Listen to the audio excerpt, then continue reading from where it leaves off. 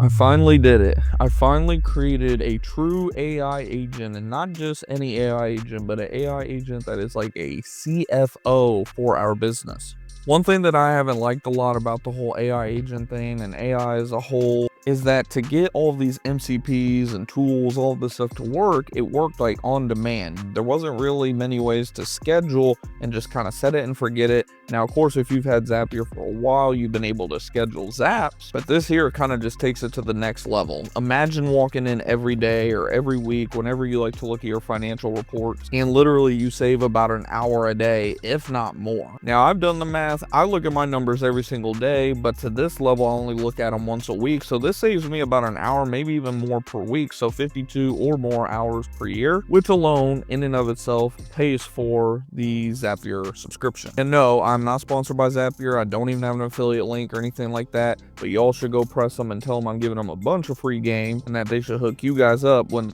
a affiliate discount through the channel. But without further ado, we'll just get right in, because like I said, this thing is powerful. And what we're going to do in this video is literally create this thing to where like you can essentially copy and paste it. You will want to prompt it on your own based on your business's information, your goals, you know, how many employees you have, what their salaries are, you know, all that good stuff, of course. But by the end of this video, you should be able to literally set this up. And if you have any issues, one, you can always drop it down in the comments down below. Two, you can literally ask ChatGPT, because that's literally how I created this entire thing. Or three, if worse comes to worse and you just kind of want somebody to do it for you, you can always feel free to schedule a coaching call with me and I can literally walk you through it step by step. But with that, we'll just kind of go ahead and dive right in. So first thing you're going to want to do is obviously go into the Zapier agents, you know, agents.zapier.com to get started. And then of course, like I said, if you have the basic plan, which is like 25 bucks a month roughly, you'll get access to over right around 400 activities per month, which is more than plenty from my experience. From here, you'll go in and hit new agent. Now you don't have to do anything here. You'll just hit skip this step.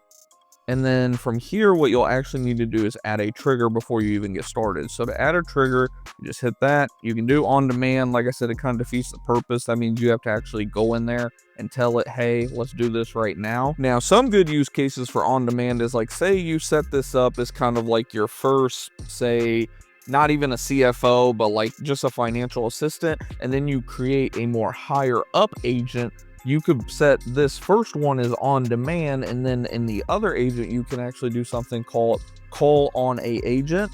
And that will then tell, you know, your lower tier agent, hey, I need you to do this for me. It's literally like creating employees out of agents. It's just insane to think about. But anyways, not to get too complicated, we're just going to do schedule a event or schedule by Zapier. Again, I like to do mine every week. I'm just setting it up like I did mine every Monday.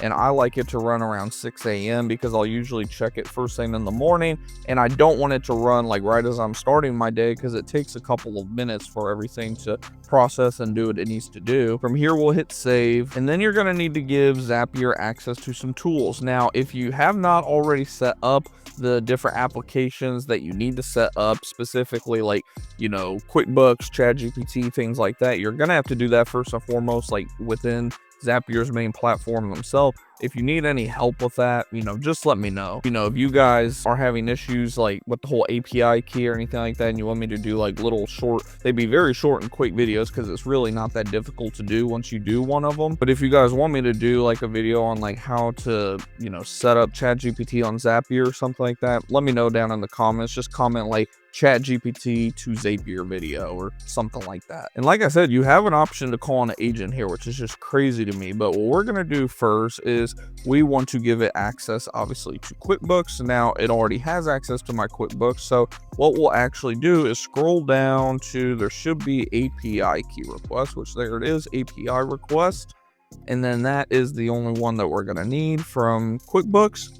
And then from here, we're also going to need some from ChatGPT. So we'll do ChatGPT, and the ones that we are going to need is conversation. And then we're going to go back up here to ChatGPT again. And we're also going to do analyze text, because what we want it to do is be able to analyze the data that we're actually pulling from QuickBooks. And then our last tool, like I said, we try to keep it as simple as possible, is Gmail. Now you could get even more complicated if you wish. You could, integrate it with Google Sheets and have it try to, create a graph for you, whatever the case may be. Apparently I didn't select Gmail. So from Gmail, what you're going to do is you're going to hit send email.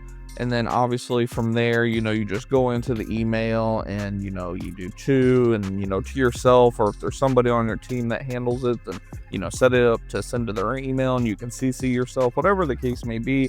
And then you see this little gear icon on all these. These are settings that you can adjust. In the QuickBooks one, there's absolutely nothing you need to touch. In the conversation one, absolutely nothing you need to touch unless if there's a specific model that you want this to run off of. Now with the analyze text one, I like to select the 03 model. That's just personally the one that I've had the best success with. I've tested it with a couple different ones. 04 mini, 01 isn't too bad, or maybe it's 01 Pro or 01 High, something like that. But 03 tends to be kind of the best one from my experience. So we'll do set a specific value, and then you'll see here you'll have all these different options that you can pick from. Like I said, 01 Pro is not bad. I like to do 03, and then from there we'll just hit save. And then like we said, you'll send it to yourself or send it to whoever on your team is going to handle these reports. And then from there, you just create your entire prompt. I like to use custom GPT, like prompt creators. I tell it exactly what we're doing. Like, hey, we're creating a Zapier CFO assistant. It's going to be pulling data from our QuickBooks, sending it to ChatGPT for ChatGPT to analyze for us.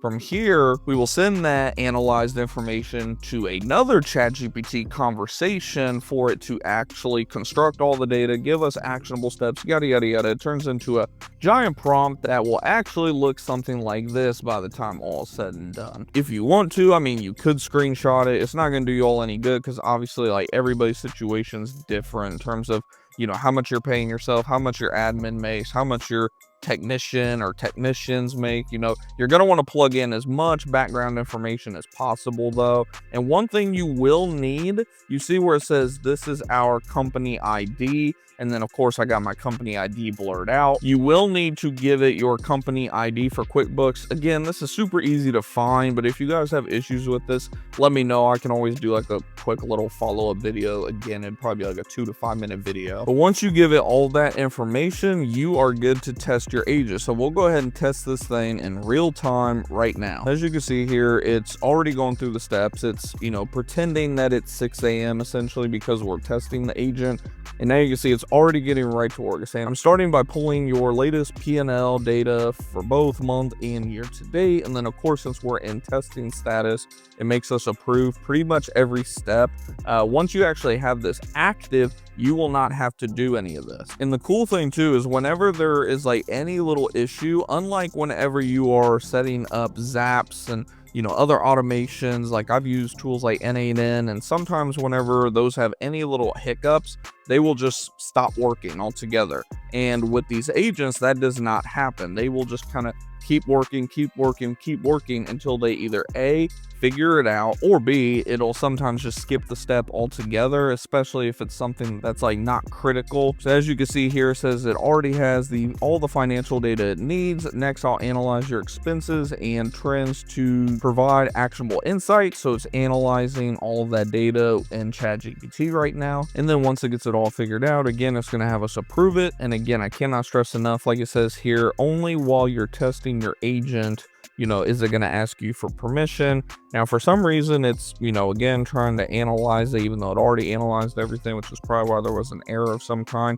Now it says, though, the financial data is ready. Now I'll run a deep CFO level analysis using ChatGPT to break down your expenses, trends, and provide actionable insights. So it's pretty much saying, hey, we're now done analyzing all this data. Now we're gonna actually break that data down and give you actionable steps to take with this data, or at least consider with this data. All right, and then since we're in testing, of course, it like shows us the prompt essentially that it's, given it. You can tell that it's not right, that it was right. right, that, you know, you want to go ahead and approve it. We're going to go ahead and approve it, obviously, just because we ran this plenty of times and have not had very many issues with it, to be completely honest. Now it says it's sending me a detailed CFO email, financial analysis, breakdown, any recommendations, all that good stuff. It is generating the email, and as you can see, it generated a very, very, very lengthy email. And again, it will not look like this because we have this set up in HTML, which is what I suggest you guys do before, you know, finalizing this. As you go into your settings